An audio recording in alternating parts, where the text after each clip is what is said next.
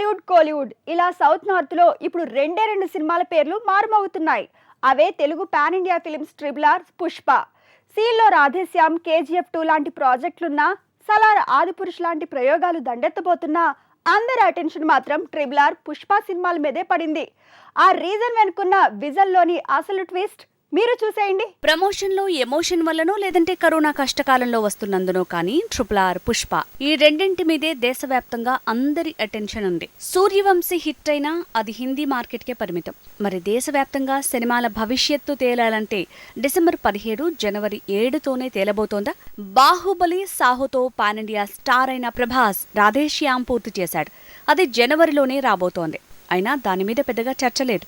ఆదిపురుష్ పూర్తయింది. సలార్ పూర్తి కాబోతోంది. అయినా ఆ ప్రాజెక్టుల మీద డిస్కషన్ లేదు. సమ్మర్లో వస్తోంది కాబట్టి KGF Chapter 2 ఎవరి అటెన్షన్ లాక్కోవట్లేదు. అందరి ఫోకస్ అంతా ట్రిపుల్ పుష్ప మీదే ఉందంటున్నారు.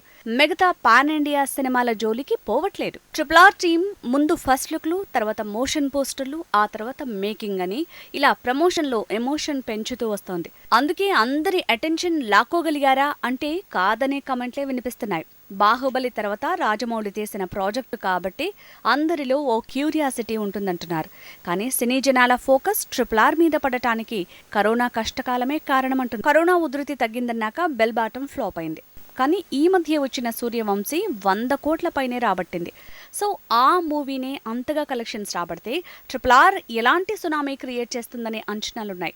దీనికి తోడు మేకింగ్, లేదంటే గ్లిమ్స్, కాదంటే పాటల తూటాలు పేలుస్తూ ప్రమోషన్లో అందరి అటెన్షన్ లాక్కుంటూనే ఉంది triple team. Present Bollywood, Tollywood, Kollywood ఇలా దేశవ్యాప్తంగా సినీ జనాల ఫోకస్ అంతా ట్రిపుల్ మీదుండటానికి కారణం కరోనా కష్టకాలంలో రాజమౌళి మ్యాజిక్ ఎంతవరకు వర్కౌట్ అవుతుందన్న డౌట్.